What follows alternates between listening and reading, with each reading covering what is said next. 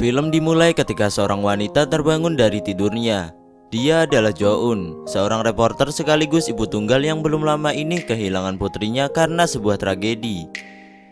Putrinya dibunuh oleh seorang kakek pengidap penyakit demensia yang sekarang kondisinya sedang kritis di rumah sakit.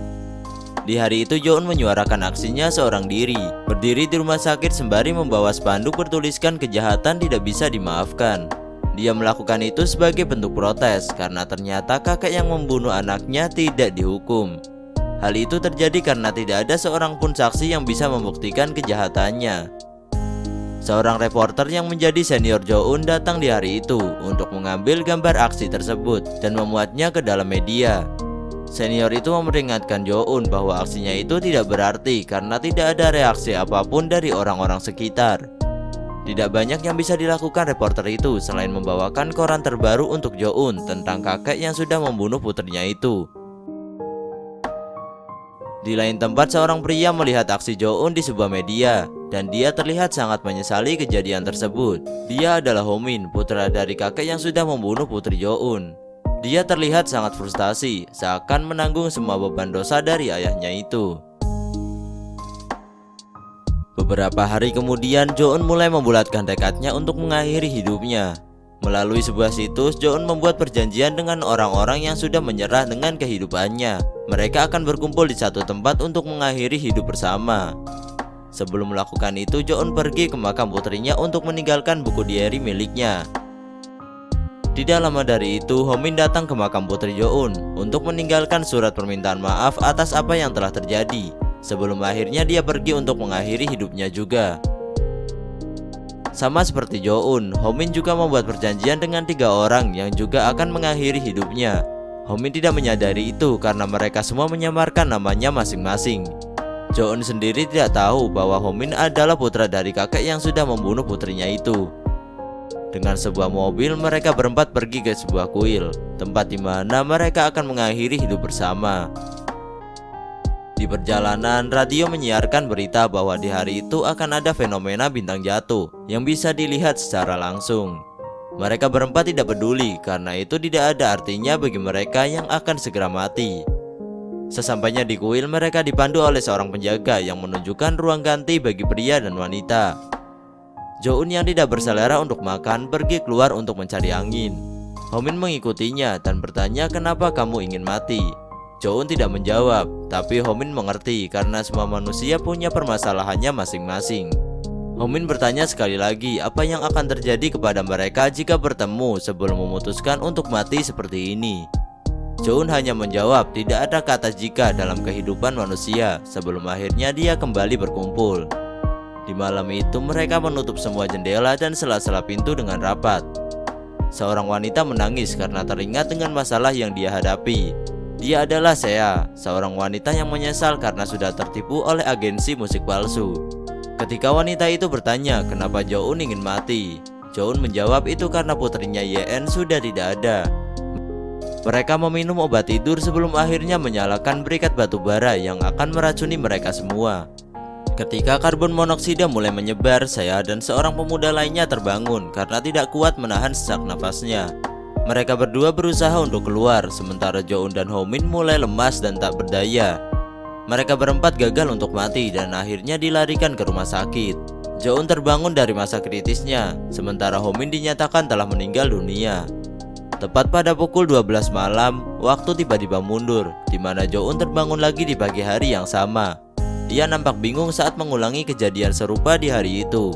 Jo-eun mencoba untuk mengesampingkan kejanggalan tersebut dan mengikuti alur yang sama seperti sebelumnya. Namun lagi-lagi dia gagal dan kali ini dia terbangun 1 hari sebelumnya. Sejak saat itu setiap pukul 12 malam Jo-eun akan menghilang dan terbangun di hari sebelumnya. Dia menceritakan kejadian itu kepada adiknya, di mana tentu saja dia tidak akan percaya. Pada akhirnya adik Jo-eun yang bisa membaca kartu ramalan meminta sang kakak untuk memilih 3 kartu yang dia sediakan. Kartu pertama adalah pertanda karma. Jo-eun terikat oleh masa lalu dan dia harus bisa berdamai atau merelakannya. Kartu kedua adalah pertanda bahwa Jo-eun sedang diawasi oleh seseorang. Kartu ketiga memberi sebuah penjelasan bahwa jika Jo-eun ingin memecahkan masalah, maka pada dasarnya itu dapat diselesaikan. Kuncinya hanyalah berusaha dan Jo-eun tidak pernah melakukan itu sebelumnya. Ramalan itu menandakan apa yang terjadi kepada Jo-eun adalah karma. Dia lebih memilih untuk mengakhiri hidupnya daripada merelakan putrinya dan terus menjalankan hidup.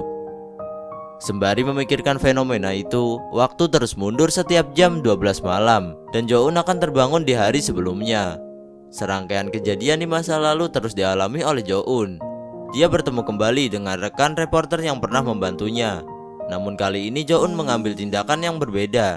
Dia dibutakan oleh amarah dan memutuskan untuk membunuh sang kakek yang menjadi tersangka.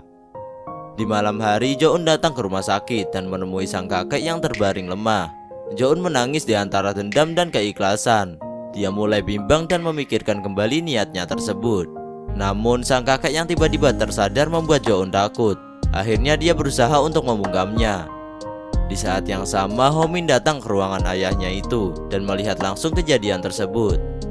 Jo-eun terkejut dan bertanya dalam hati kenapa Ho-min ada di sini. Ho-min tidak sempat mengejar Jo-eun karena waktu sudah menunjukkan pukul 12 malam, di mana dia akan menghilang dan kembali di hari sebelumnya. Hari demi hari Jo-eun lewati, walaupun kini tidak ada kata esok dalam kehidupannya. Memasuki tahun 2017, Jo-eun menghadapi kematian putrinya dan dibalas saat dimana misteri pembunuhan itu akan terungkap. Jo-eun tertidur di malam itu sebelum akhirnya dia terbangun di hari kemarin, hari dimana dia kehilangan Ye-en putrinya. Di pagi hari Jo-eun berlari untuk menemui putrinya yang saat ini berada di sekolah asrama. Jo-eun menelepon guru putrinya dan memintanya untuk terus mengawasi Ye-en. Jo-eun meminta gurunya untuk berjanji tanpa meninggalkan penjelasan apapun untuknya. Di saat yang sama, Ho-min dihadapkan oleh godaan dari ayahnya yang terus bertingkah. Penyakit demensia yang diderita ayahnya itu membuat dirinya selalu kewalahan. Karena sang ayah sangat sulit untuk diatur, Ho-min memutuskan untuk mengurung ayahnya di rumah. Saat dia akan pergi menghadiri interview pekerjaan, sang ayah terus mengoceh dan berkata bahwa dia ingin memberikan telur untuk Ho-min putranya itu. Ho-min mulai merasa lelah dengan semua cobaan itu dan akhirnya dia melepaskan sang ayah dengan harapan dia tidak akan pernah kembali lagi. Sementara itu, Jo-eun yang sudah tahu bahwa akan ada pembunuhan meminta polisi untuk segera datang ke sekolah Ye-en.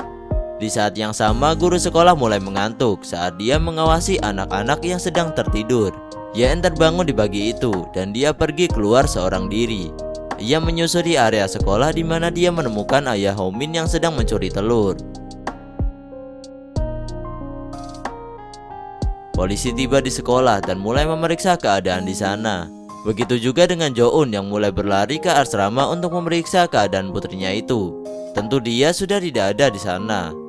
Sementara itu, Ye-en dan ayah Ho-min berjalan menyusuri tepi kolam sembari membawa telur yang mereka ambil sebelumnya.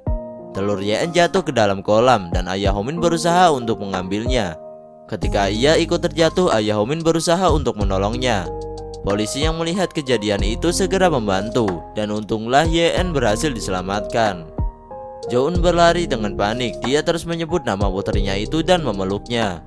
Di saat itulah kebenaran terungkap bahwa ternyata ayah Ho-min hanya bermaksud untuk menolong putrinya selama ini. Di hari itu, Ho-min datang menyebut ayahnya dan meminta maaf kepadanya serta membawanya pulang. Jo-eun yang ada di sana menyapa Ho-min yang tentu saja dia tidak akan mengenalnya karena di masa itu mereka belum pernah bertemu. Hari terus berjalan mundur. Sejak saat itu Jo-eun selalu menyempatkan waktunya untuk berada di sisi Ye-en. Saat itu Jo-eun baru menyadari bahwa buku harian yang dia bawa mengikuti perjalanannya kembali ke masa lalu, di mana setiap tulisan yang dia buat di situ tidak akan menghilang. Tahun demi tahun Jo-eun mulai terbiasa dengan waktu yang terus berjalan mundur. Akan tetapi dia harus menghadapi kenyataan di mana putrinya itu semakin kecil dan kembali dalam kandungannya. Bagi Jo-eun, hari kelahiran adalah hari terakhir di mana dia bisa melihat putrinya.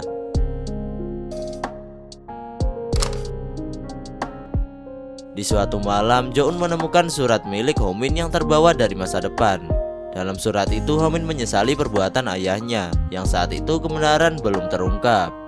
Kali ini Jo-eun yang mulai menyesal atas apa yang telah dia lakukan kepada ayah Ho-min di malam itu. Untuk menebus kesalahannya itu, dia berusaha mencari keberadaan Ho-min melalui media sosial. dia juga menemukan website milik salah satu pemuda yang ikut mengakhiri hidupnya di malam itu. Dia adalah Junho yang saat ini duduk di bangku SMA. Joon berusaha menemuinya di sekolah, di mana ternyata Junho juga mengalami kemunduran waktu. Joon beranggapan bahwa pasti ada alasan kenapa semua ini terjadi. Junho berpendapat bahwa ini adalah pemberian dari Tuhan karena kehidupan dia sebelumnya sangat menyakitkan. Junho sudah rela hidup seperti ini, bahkan jika harus kembali ke dalam kandungan dan menghilang selamanya. Berbeda dengan Junho, Joon masih berusaha untuk menghentikan kemunduran waktu ini, agar dia bisa kembali hidup bersama putrinya. Walaupun tidak yakin, Junho berpendapat bahwa fenomena ini berhubungan dengan jatuhnya komet di malam saat mereka mencoba mengakhiri hidup. Belum sempat menjelaskan maksud dari perkataannya itu, Junho membawa Joon pergi menemui Sea, wanita yang menyesal karena telah tertipu. Mereka berdua berusaha menyelamatkannya karena dia tidak mengalami kemunduran waktu. Tapi sayangnya dia tidak percaya dan tetap termakan oleh rayuan penipu itu. Joon datang menemui adiknya yang sedang menjaga kafe. Saat itu Joon tidak menyangka bisa bertemu dengan Homin yang sedang bekerja mengantarkan mebel ke kafe. Sadar bahwa Homin tidak akan mengenalinya, Joon meminta kartu namanya supaya dia bisa menghubunginya lagi. Kembali ke hari kemarin, Joon datang ke perusahaan mebel tempat di mana Homin bekerja. Joon terus mengikutinya sembari memikirkan kemungkinan masa depan bisa berubah jika dia bisa membuat Homin mengenali dirinya. Jika itu terjadi, Joon berharap Homin bisa mencegah tragedi kematian putrinya itu. Tentu itu bukan perkara mudah, karena setiap jam 12 malam, Joon akan terbangun di hari kemarin, di mana orang baru yang dia temui di hari itu tidak akan mengenalinya lagi. Walau demikian, dia terus berusaha dan pantang menyerah. Di waktu yang terus berjalan mundur, Joon menemui Homin yang saat itu belum mendapatkan pekerjaan. Joon memperkenalkan dirinya dari awal dan berusaha lebih akrab dengannya. Joon bercerita bahwa saat itu dia sedang hamil sekitar 10 minggu. Tapi ayah dari anaknya itu pergi meninggalkannya sebelum menikah.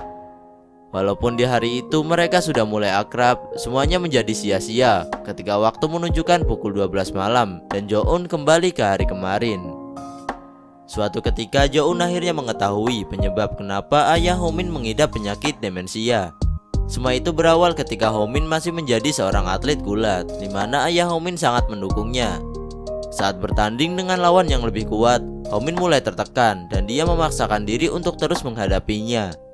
Tidak ingin putranya cedera, ayah Homin berteriak histeris, meminta putranya itu untuk menyerah saja. Di saat itulah otaknya mengalami kerusakan dan gejala demensia mulai terjangkit pada dirinya. Joon sudah melarang Homin untuk bertanding, tapi dia tidak percaya dan semuanya berakhir sebagaimana mestinya. Pada akhirnya, Joon mulai menyadari bahwa dia tidak mempunyai kapasitas untuk merubah hal-hal besar. Setelah kembali ke hari kemarin, Joon menemui Homin yang saat itu masih sehat dan giat berlatih. Sadar bahwa dia tidak akan bisa merubah masa depan, Joon tidak lagi berharap banyak kepada Homin. Satu hal yang bisa dia lakukan hanyalah menuliskan semua kejadian yang dia alami pada buku diari miliknya. Dengan semangat hidup yang terus berkurang, Joon meminta perjelasan dari Junho mengenai perkataan sebelumnya tentang bintang jatuh. Junho menjelaskan bahwa mungkin mereka punya kesempatan untuk mengembalikan waktu dengan melakukan hal yang sama, yaitu mengakhiri hidup di saat fenomena bintang jatuh terjadi. Junho menjelaskan bahwa tahun 2011 adalah waktu yang tepat, karena pada tanggal 1 April akan ada bintang yang jatuh. Junho tidak menjamin rencana itu akan berhasil, karena bisa saja mereka benar-benar mati saat melakukannya. Tapi bagi Joon itu bukan masalah karena dia tidak punya pilihan lain selain mencobanya. Sedangkan Junho dia sudah membulatkan tekad untuk meneruskan hidupnya seperti itu. Pada tanggal 1 April di tahun 2011, Joon akhirnya bertemu dengan seorang pria yang menjadi kekasih sekaligus ayah dari putrinya. Saat itu Joon bertanya apakah kekasihnya itu mencintainya dengan tulus atau tidak. Joon sudah tahu bahwa kekasihnya itu akan pergi meninggalkannya di masa depan, dan semua ucapan manis yang dia dengar saat ini hanyalah perasaan sesaat dari seorang pria yang tidak bertanggung jawab. Sebelum mengakhiri hidupnya, di hari itu Joon pergi ke rumah Homin untuk berterima kasih dan juga meminta maaf. Namun sayangnya Homin tidak ada di rumah karena dia sedang berlatih gulat. Ayah Homin meminta foto Jo-eun sebelum dia pergi karena saat itu dia sedang terobsesi dengan kamera pemberian putranya. Setibanya di tempat latihan, ternyata Homin tidak ada di sana karena dia dan kelompoknya sedang melakukan selebrasi atas terpilihnya Homin sebagai atlet nasional. Jo-eun berusaha menelpon Homin tapi dia sangat sulit untuk dihubungi. Ketika panggilannya itu diangkat, Jo-eun menjelaskan bahwa dia sangat ingin menemui Homin karena ada sesuatu yang harus segera disampaikan. Tentu saja Homin tidak mengenalinya, tapi untungnya mereka berdua bertemu di dalam bus yang sama. Jo-eun menyambutnya dan berkata bahwa mereka sudah lama tidak bertemu. Kemudian Jo-eun menyerahkan buku hariannya kepada Homin dan memintanya untuk berjanji akan membaca buku itu.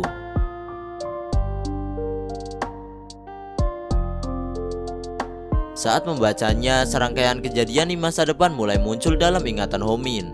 Walaupun sulit untuk dijelaskan, kejadian di masa depan mengalami paradoks dan mulai mempengaruhi ingatan Homin saat ini. Jo-eun sudah siap untuk melompatkan dirinya ke sungai ketika bintang mulai jatuh. Harapan Jo-eun kali ini berbeda. Dia melakukan itu untuk hidup, bukan untuk mati, seperti apa yang dia lakukan sebelumnya. Ketika Jo-eun melompat, waktu miliknya kembali maju dan harapannya untuk tetap hidup terkabulkan. Jo-eun terbangun di rumahnya pada tanggal 2 April dan dia kembali melanjutkan hidupnya dengan penuh rasa syukur. Begitu juga dengan Homin yang sejak saat itu selalu membawa buku diari milik Jo-eun untuk membaca kisah perjalanan waktunya. Buku itu menyelamatkan Homin dari kekalahan saat dia bertanding di kejuaraan nasional. Dia berhasil membalikan keadaan dan ayah Homin terhindar dari penyakitnya. Di lain tempat, Junho bertemu dengan gadis yang akan menjadi istrinya di masa depan.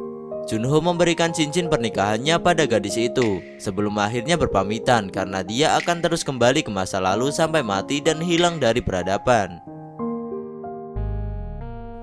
9 bulan kemudian, Yeon terlahir kembali dan Jo-eun sudah menanti kehadirannya.